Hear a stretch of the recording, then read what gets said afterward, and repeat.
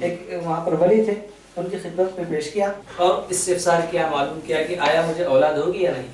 تو جو صاحب یہ پھل لے کر گئے تھے انہوں نے استفسار کیا، سوال کیا کہ آپ کو اولاد ہوگی یا نہیں.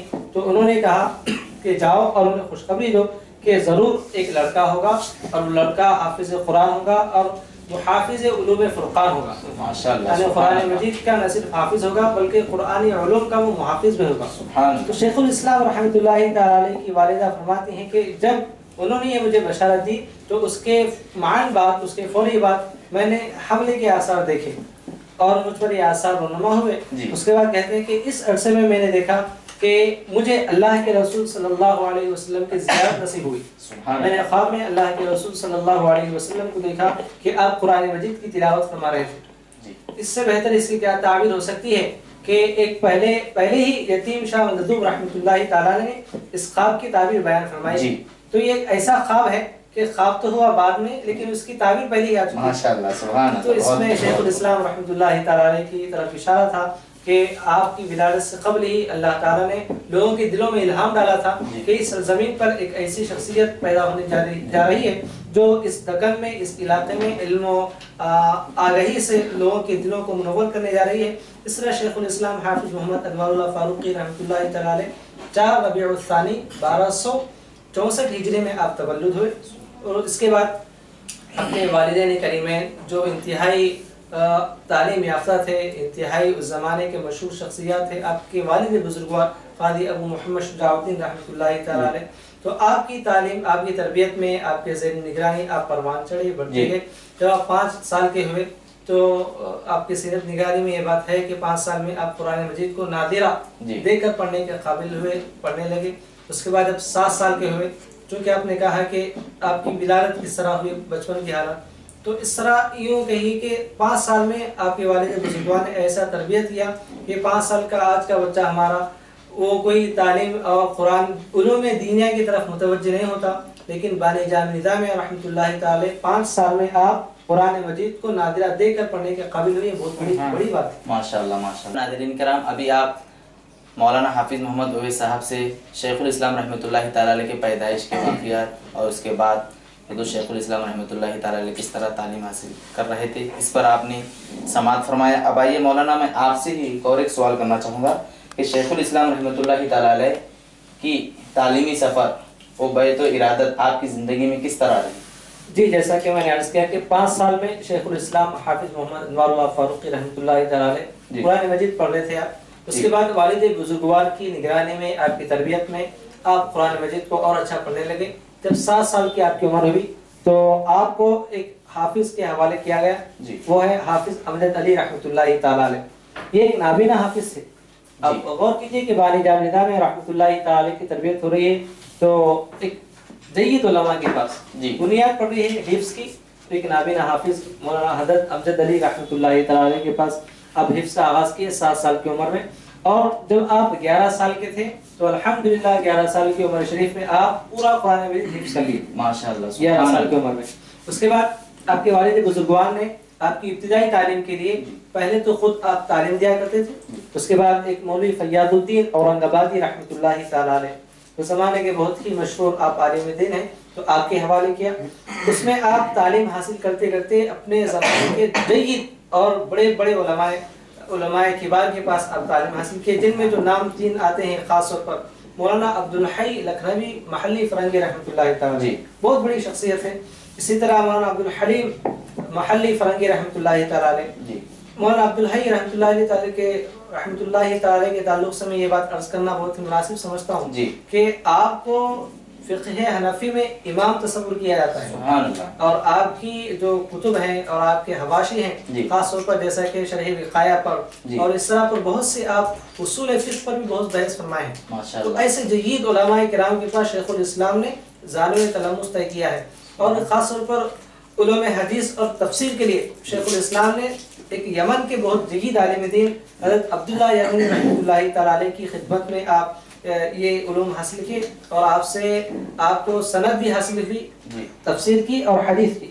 اس طرح شیخ الاسلام حافظ محمد انوار اللہ فاروقی رحمۃ اللہ تعالی علیہ نے ان جید علماء سے، ان دنیا بین الاقوامی علماء اکرام سے جو علوم حاصل کیا تو ایسا حاصل کیا کہ ان تمام میں آپ مجموعی طور پر اور ہر اعتبار سے ان تمام میں آپ ماہر ہوئے اور اس پر ماسٹری حاصل کی. ماشاءاللہ ماشاءاللہ. ابھی اور ایک میں اسی میں سوال پوچھا تھا کہ بیعت و ارادت آپ نے کس سے کی؟ ابتدا میں شیخ الاسلام نے خود اپنے والد بزرگوار سے بیعت حاصل کی اور تمام سلاسل میں آپ بیعت حاصل کی.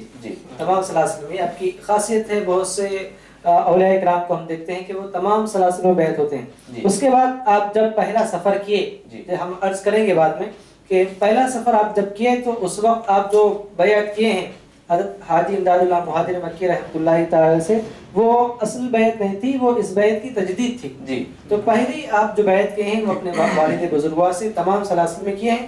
تو آپ کے والد بزرگوار نے نہ صرف آپ کو پڑھایا ہے بلکہ پلایا بھی ہے. اس کے بعد شیخ الاسلام حافظ محمد انوار اللہ فاروقی رحمۃ اللہ تعالی علیہ اپنی زندگی میں پروان چڑھتے گئے اور خوب علوم و معارف کے سمندروں میں غوطہ-زن ہوتے گئے اور وہاں غوطہ-زن ہو کے جو سیپیاں ہیں علم و معرفت کی، علم و آگاہی کی، آپ مخلوق خدا میں بانٹتے رہے، تقسیم کرتے رہے.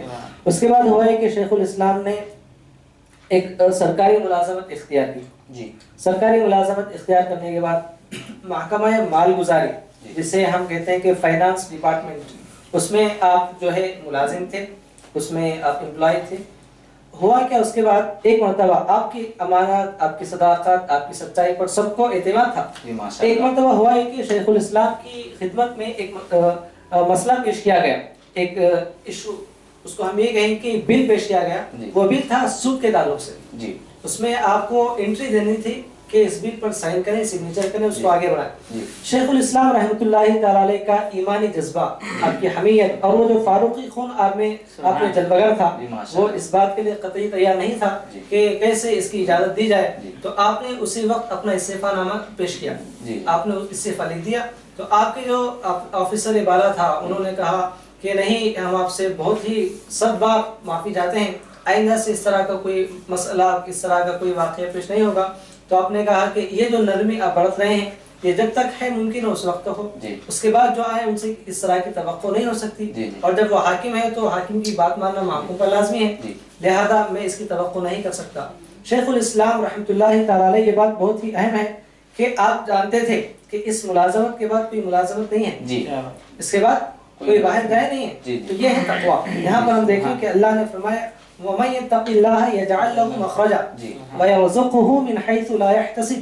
اللہ نے فرمایا جو تقوی شیار ہوتے ہیں اللہ تعالیٰ ان کے رزق کا انتظام فرما لیتا ہے، اور ایسی جگہ سے اور ایسے مقامات سے رزق انہیں دیتا ہے بندے کا وہاں پر وہم و گمان بھی نہیں ہوتا. اب اس لیے آیت اللہ پر آپ یقین رکھتے تھے، تبھی تو آپ شیخ الاسلام بنے. شیخ الاسلام کے لیے ایسا اعتقاد، ایسا یقین، ایسا محکم ارادہ ہونا چاہیے، تب اللہ تعالیٰ ایسے ہی لوگوں کو علوم دینیہ کی خدمت کے لیے منتخب فرما لیتا ہے. ہوا کیا اس کے بعد اب اس سے فارغ ہو گئے.